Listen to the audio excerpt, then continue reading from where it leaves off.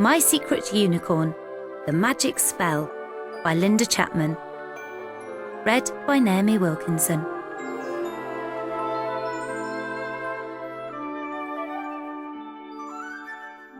Deep in the mountains, mist swirled over a round stone table.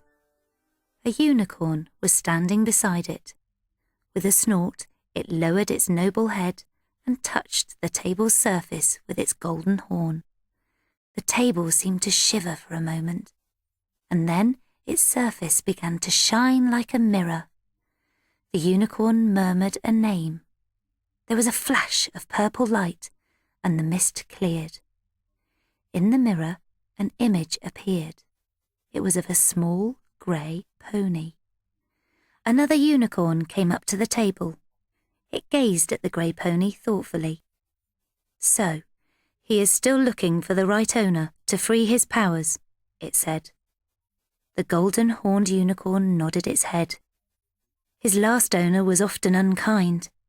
The other unicorn tossed its mane. Its silvery horn flashed in the light cast by the mirror. Surely somewhere out there must be someone who is good-hearted enough, someone who has the imagination to believe in magic. I think there is, the golden-horned unicorn said softly. Watch. She is coming. Where do you want this box, Mum?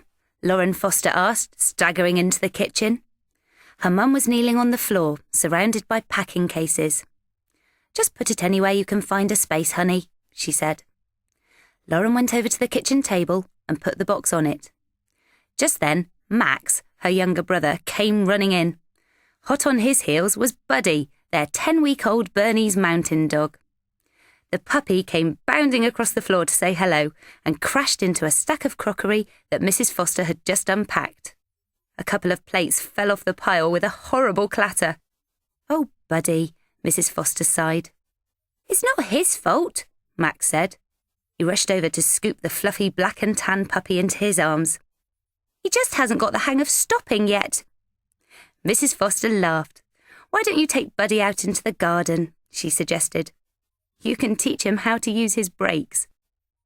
Max and Buddy rushed out again into the April afternoon sunshine. Watch out, Max, Mr. Foster called from the hallway. Lauren looked over and saw that Max and Buddy had almost tripped up 2 removal men on their way out. Mr. Foster, Lauren's dad, was directing the men, who were carrying furniture in from the removal lorry. What shall I do now, Dad? Lauren asked. Coming through, another removal man shouted, drowning out her dad's reply. Lauren dodged out of the way as the man marched past, carrying the family computer. Mr. Foster had decided to follow his dream of becoming a farmer.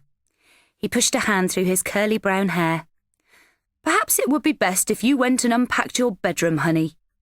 Not giving her a chance to reply, he hurried after the man with the computer. Oh, please be careful. That's a delicate piece of equipment. Lauren grinned. It was a good idea to escape to her room. It was strange to think that this house, Granger's Farm, was now her home. As she walked upstairs, Lauren thought about her 2 best friends back in the city, Carly and Anna. What would they be doing now? Maybe they'd be playing horses, or eating the homemade pizzas that Anna's mum often made. Lauren wondered if they were missing her. Feeling a little lonely, she walked along the landing to the bedroom at the far end and pushed open the white-painted wooden door. Her new room was small, with a sloping ceiling and a little window. Sunlight streamed into the room. Lauren stepped over the piles of boxes and suitcases and sat down on the window seat to gaze at the view. The towering Blue Ridge Mountains in the distance were majestic and beautiful, but her eyes passed over them and fell on something much nearer to home, the little paddock and stable behind the house.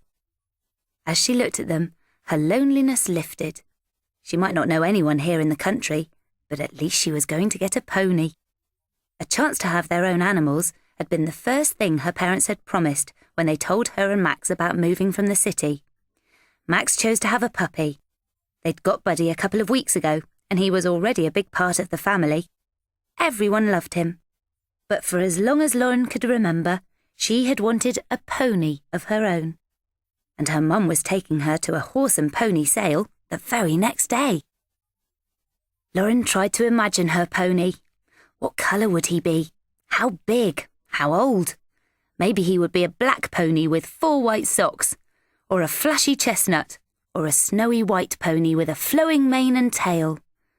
Lauren smiled to herself. Yes, that's what she'd like. A beautiful white pony. Lauren!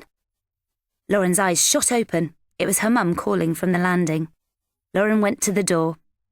I've unpacked some cookies, her mum said. Why don't you come and have some with Max? OK, Lauren smiled. And she went back down to join her family.